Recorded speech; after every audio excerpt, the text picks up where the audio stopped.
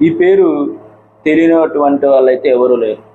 రెండు తెలుగు రాష్ట్రాలలో కావచ్చు, పక్కనే కర్ణాటక కావచ్చు, ఇటు తమిళనాడు కావచ్చు. ఇప్పటికీ ఆయన చనిపోయి 30 సంవత్సరాల పై మాటే. ఆయన పేరైతే ఇప్పటికీ మారుమోగుతుంది, ప్రజల గుండెల్లో ఉంది. స్వర్గీయ శ్రీ వంగవీటి మోహన రంగా గారు చనిపోయి ఇన్ని సంవత్సరాలైన మటుకి ప్రజలు గుండెల్లో పెట్టుకున్న ఆరాధ్య దైవం శ్రీ వంగవీటి మోహన రంగా గారు. డిసెంబర్ 26న శ్రీ వంగవీటి మోహన్ రంగా గారి వర్ధంతి సందర్భంగా మన కేఆర్ న్యూస్ ద్వారా ఒక 5 మందికి చిన్న గిఫ్ట్లు ఇద్దామని మా కేఆర్ న్యూస్ ద్వారా మేము అనుకుంటున్నాం.